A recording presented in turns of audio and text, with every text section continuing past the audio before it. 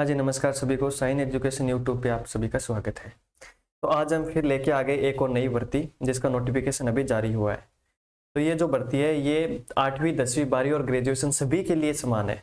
इसके अंदर आप चाहे 8वीं पास हो, 10वीं 12वीं या आप कॉलेज कर रहे हो, सभी के लिए एक इम्पोर्टेंट भर्ती है। तो इसके बारे में हम डिस्कस करेंगे। देखो, ये राष्ट्रीय मुक्त विद्यालय शिक्षा संस्थान, national institute of open schooling यानी NIOS, और ये जो संस्थान है ये शिक्षा मंत्रालय यानी भारत सरकार के अंतर्गत एक स्वायत्त संस्था है। इसके अंदर ये भर्ती आई है। तो इसके अंदर 3 ग्रुप है, A, B और C। तो A, B है वो ग्रेजुएशन के लिए है, और लेकिन जो C है वो हमारे लिए जैसे 8वीं 10वीं 12वीं के लिए सभी के लिए। तो हम आप आज डिस्कस करेंगे ग्रुप C के बारे में।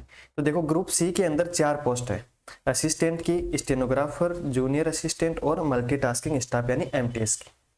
सबसे पहले देखते हैं कि इसमें ये है लेवल 4, और ये जो जूनियर असिस्टेंट है ये लेवल 2, और जो MTS है वो हमारी लेवल 1 रहेगी।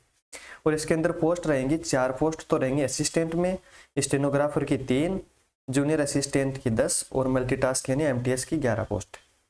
और इसके अंदर कैटेगरी वाइज भी ये अलग अलग दे रखी है, जैसे कि UR में 3, AWS में 1, ये तो हो गई असिस्टेंट की। और स्टेनोग्राफर की अगर बात करें तो ST में 1, UR में 1 और OBC में भी 1 है। और जूनियर असिस्टेंट की UR में 4, OBC में 3, SC में 2 और ST में 1 पोस्ट है। और MTS की बात करें तो देखो टोटल कितनी पोस्ट है, 11 पोस्ट है। और 11 पोस्ट को डिवाइड कैसे किया है, UR में 4 है, OBC में 4 है, AWS में 1 है, ST में 1 है और SC में 1 है। तो 4 4 8 9 10 11 पोस्ट ये कंप्लीट हो गई। अब बात करेंगे फॉरम की। तो फॉरम है वो ये साइट दे रखी है nios.cbtexam.in। इस पे जाके आप डायरेक्ट फॉर्म अप्लाई कर सकते हो। और फॉर्म अप्लाई की जो डेट रहेगी वो है 30/11/2023 से लेके 21/12/2023, यानी इस डेट के बीच आप कभी भी फॉर्म को अप्लाई कर सकते हो। आगे देखो, ये दे रखे कि पोस्ट के अंदर जो हम अमाउंट पे करेंगे, यानी अलग अलग जो फॉर्म फिल है तो इसके अंदर अलग अलग अमाउंट दे रखा है। तो हमको देखना है अभी B और C के बारे में, यानी C की जो इंपॉर्टेंट है, यानी C इसमें भी है और C 6 नंबर कॉलम में भी है। तो देखो क्या है, इसमें दे रखा है कि B और C UR और OBC की रहेगी 1200 रुपये। कितनी रहेगी, 1200 रुपये। और एक ही इसमें B और C है AWS के लिए, तो AWS की है 600 रुपये। और ग्रुप C के अंदर SC और ST की है 500 रुपये। यानी भैया हम फिलहाल बात करें C की, तो C की अगर हम बात करें तो OBC और UR की तो रहेगी 1200, AWS की रहेगी 600 और SC ST की रहेगी 500। ये अलग अलग फीस दे रखी है कैटेगरी वाइज। आगे देखो,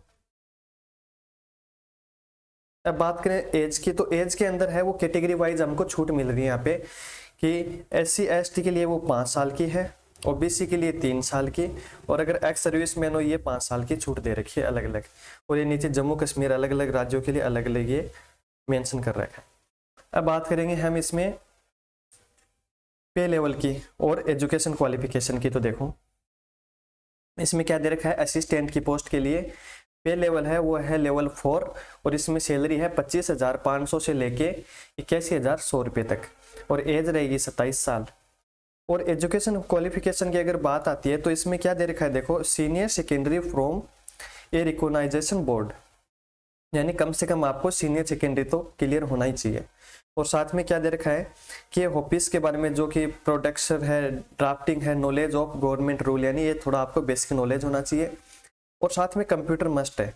कंप्यूटर के अंदर क्या दे रखा है, देखो working on computer with A speed not less than 8000 की डिप्रेस्ड पर आवर, यानी 1 आवर के अंदर आपको 8000 की, मतलब इतना काम तो आपको करना जरूरी है। Working knowledge of Hindi and English, यानी हिंदी और इंग्लिश का आपको बेसिक जानकारी होनी जरूरी है। आगे है, अब ये तो हो गई असिस्टेंट की बात। और अगर स्टेनोग्राफर की अगर बात करें हम, तो इसमें पे लेवल रहेगा 4, और सैलरी है 25,500 से लेके 81,100 तक, और एज रहेगी वही 27 साल। और इसमें भी जो एजुकेशन क्वालिफिकेशन है वो सीनियर सेकेंडरी होनी चाहिए। और इसमें डिप्लोमा दे रखा है, यानी कि इसमें इसका डिप्लोमा होना चाहिए, किसका, स्टेनोग्राफर का डिप्लोमा इसमें जरूरी है। और अगर कंप्यूटर की बात करें तो इसमें हिंदी और इंग्लिश 80 वर्ड है पर मिनट, और साथ में क्या दे रखा है वही सेम 8000 की है वो 1 आवर के लिए। और साथ में ये दे रखा है कि 3 ईयर एक्सपीरियंस वर्किंग स्टेनोग्राफर, यानी 3 साल का आपके पास एक्सपीरियंस का जो डिप्लोमा है वो होना जरूरी है। ये हो गई हमारी स्टेनोग्राफर के बारे में। अब बात करते हैं हम जूनियर असिस्टेंट की। तो जूनियर असिस्टेंट की देखो इसमें पे लेवल स्किल दे रखा है, वो है लेवल 2। तो लेवल 2 की है 19,900 से लेके 63,200 रुपये तक की हमारी सैलरी। और एज की बात करें तो 27 साल हो गई। और एजुकेशन वही same to same senior secondary हो गई। और इसमें थोड़ा सा छूट दे रखा है कि इसमें जो स्पीड है वो 6,000 की दे रखी है पर ओवर की। और साथ में वर्किंग नॉलेज है हिंदी और इंग्लिश का, ये तो सभी में सेम रहेगा। और साथ में ये बैचलर डिग्री और ये अबाउट 2 ईयर एक्सपीरियंस, ठीक है, सिमिलर वर्क, यानी किसी गवर्नमेंट या फिर एजुकेशनल इंस्टीट्यूट के अंदर आपके पास डिप्लोमा होना चाहिए।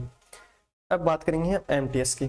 तो ये एमटीएस की जो है इसमें सबसे मेन बात क्या है कि इसमें प्राइमरी स्कूल एजुकेशन क्वालिफिकेशन दे रखी है, यानी अगर आप 8वीं पास हैं तो इस फॉर्म को आप अप्लाई कर सकते हो। और इसके अंदर ये हमारी लेवल फर्स्ट की भर्ती है, तो इसमें सैलरी रहेगी 18,000 से लेके 56,900 तक। और एज वो सेम टू सेम 27 साल ही है। तो ये हमारे लिए थोड़ी सी इम्पोर्टेंट हो जाती है कि हम अगर 8वीं पास भी अगर हैं तो इस फॉर्म को हम अप्लाई कर सकते हैं आसानी से, इसमें कोई दिक्कत वाली बात है नहीं। अब बात करेंगे देखो इसके अंदर हम सिलेबस की। तो सिलेबस क्या है कि एक तो ये पहली बात तो ये है कि ये सीबीटी बेस्ड एग्जाम है। कौन सी एग्जाम है? CBT based. और फिर देखो इसमें दे रखा है एमसीक्यू टाइप क्वेश्चन आएंगे।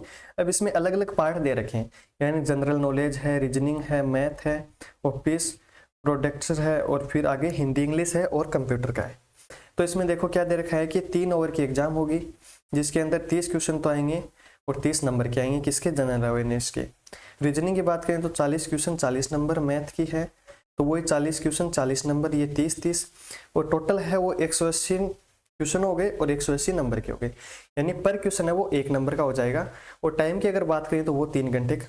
और ये जो नीचे दे रखा है ये है अलग एकदम कंप्लीटली सिलेबस कि जनरल अवेयरनेस में क्या क्या आने वाला है।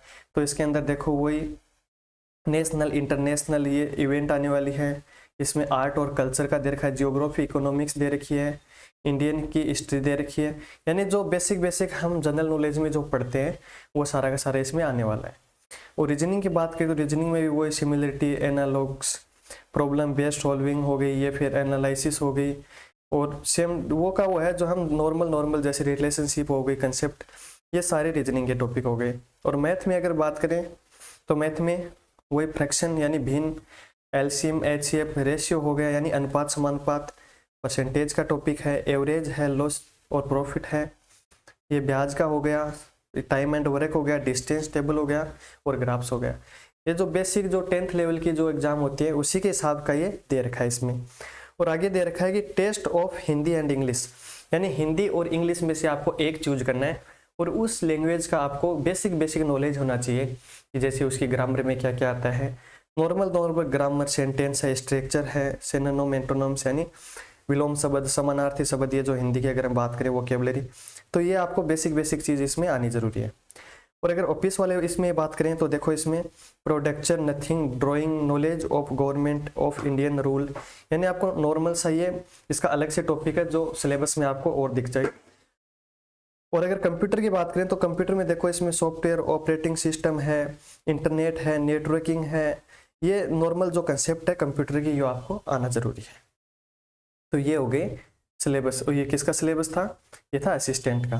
अब बात करते हैं हम स्टेनोग्राफर का। तो स्टेनोग्राफर में भी सेम टू सेम नॉर्मल वही रहेगा कि जैसे अवेयरनेस है, रीजनिंग है, मैथ है, हिंदी इंग्लिश और कंप्यूटर है। तो 40 क्वेश्चन 40 नंबर, 50 क्वेश्चन 50 नंबर हो गए, ये भी 50 क्वेश्चन है, 20 यानी टोटल वही 180 क्वेश्चन और 180 नंबर। और वही एग्जाम है वो 3 घंटे का रहेगा। तो अब ये सिलेबस दे रखा है, सेम टू सेम वही सिलेबस है, इसमें कोई ज़्यादा चेंज वेंट है नहीं। वही मैथ का है, वही हिंदी इंग्लिश है, वही कंप्यूटर है, वही रीजनिंग है। तो यानी इसमें हमको प्रॉफिट क्या होने वाला है? प्रॉफिट ये हो जाएगा कि अगर हम तैयारी कर रहे हैं किसी भी एग्जाम की तो सभी एग्जाम के अंदर सेम टू सेम यही सिलेबस रहता है, चाहे आप किसी भी एग्जाम की तैयारी करो, जिसमें हिंदी इंग्लिश आ जाती है। हमारा कंप्यूटर भी आजकल की है ना, जो बेसिक एग्जाम है उसमें पूछ रहे हैं। और क्या रहता है इसमें? रीजनिंग है, मैथ है, ये भी सारी की सारी आजकल पूछी जाने वाली है। साथ में ये है कि बस हंसी वर्ड है वो पर मिनट, ये थोड़ा सा कंप्यूटर का आपको थोड़ा सा वो क्या होना चाहिए, प्रैक्टिकली नॉलेज होना चाहिए। अब बात करेंगे हम जूनियर असिस्टेंट की। तो जूनियर असिस्टेंट में देखो जनरल अवेयरनेस, एबिलिटी हो गई, रीजनिंग, मैथ, हिंदी इंग्लिश और कंप्यूटर। सेम टू सेम वही क्राइटेरिया रहेगा, 40 नंबर, 40 क्वेश्चन, 50 50 20 80 यानी टोटल वही 180 क्वेश्चन और 180 नंबर और 3 घंटे का एग्जाम रहेगा हमारा। और सिलेबस की बात करें तो सिलेबस सेम टू सेम वही है, इसमें कोई चेंजमेंट है नहीं जो अभी हमने पीछे देखा। या तो अब इसमें हम बोल सकते हैं ना कि अगर हम एक चीज़ की तैयारी यानी एक फॉर्म पे हम अप्लाई कर रहे हैं तो हमको कुछ अलग से पढ़ने की इसमें ज़रूरत है नहीं। अब बात करेंगे एमटीएस की। तो देखो एमटीएस का हमारे लिए महत्वपूर्ण, क्योंकि फोकस है हमारा इस पे रहेगा। सबसे बड़ी बात तो ये है कि इसमें 11 पोस्ट है। अब 11 पोस्ट का फायदा हमको ये मिलेगा कि इसमें अगर हम 8वीं पास भी हमारे पास डिप्लोमा है तो हम इस फॉर्म को अप्लाई करेंगे। तो इसके अंदर हमको क्या पढ़ना है, ये हो गए जीके, ये रीजनिंग, मैथ, हिंदी, इंग्लिश और ये नॉर्मल कंप्यूटर वाला।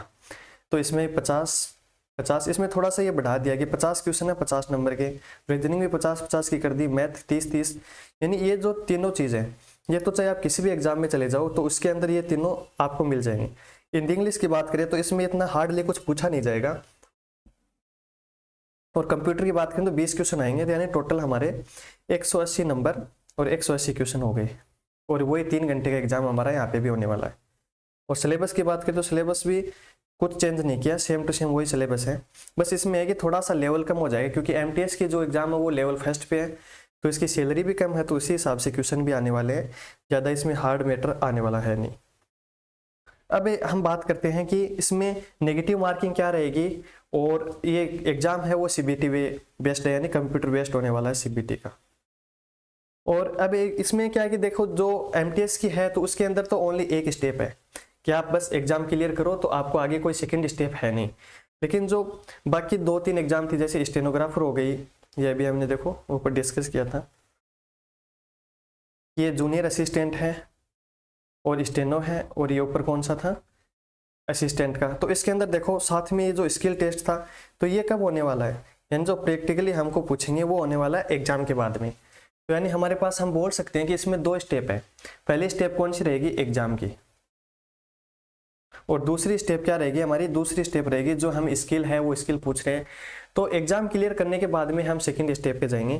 तो इसके अंदर थोड़ा क्राइटेरिया रखा गया है कि जो रिटन एग्जाम है उसमें मिनिमम क्वालिफिकेशन क्या दे रखी है, यानी कि हमको क्या क्लियर करना है। तो यूआर के अंदर हमको जाना है, तो यूआर में हमको करना है 50% नंबर लेके आना है। और अगर बात करें ईडब्ल्यूएस और ओबीसी की, ईडब्ल्यूएस और ओबीसी की, तो इसके अंदर दे रखा है 45%, यानी आपको रिटर्न के अंदर 45% नंबर आने जरूरी है, तब आप स्टेप फर्स्ट है वो क्लियर कर पाओगे। और अगर SC ST की बात करें तो उसके अंदर दे रखा है 40%। और SC ST के साथ साथ अगर एक्स सर्विसमैन कोई है तो उसके भी ये सेम टू सेम रहेगा 40%। तो ये तो हो गई क्वालिफिकेशन की कि हाँ हमको कितना क्या क्राइटेरिया क्लियर करना है स्टेप फर्स्ट के लिए। और नेगेटिव मार्किंग की बात करें, नेगेटिव मार्किंग की बात करें तो वो हो जाएगा 1/4, यानी अगर आपके 4 क्वेश्चन गलत हो रहे हैं इसका मतलब आपका एक सही क्वेश्चन चला जाएगा। तो ज़्यादा वो है नहीं कि किसी एग्जाम में तो 1/2 आती है तो वो थोड़ा सा टेंशन वाला विषय होता है, लेकिन इसमें 1/4 है तो नॉर्मल सी बात है कि आप आसानी से क्लियर कर जाओगे। तो ये आप सभी के लिए एकदम शानदार मौका है। तो ऐसी ही अपडेट जानने के लिए कि रोज रोज जो नई भर्ती आती है उनका नोटिफिकेशन जानने के लिए और उसकी डिटेल देखने के लिए हमारे चैनल को सब्सक्राइब कर लेना। आज के लिए बस इतना ही, थैंक यू।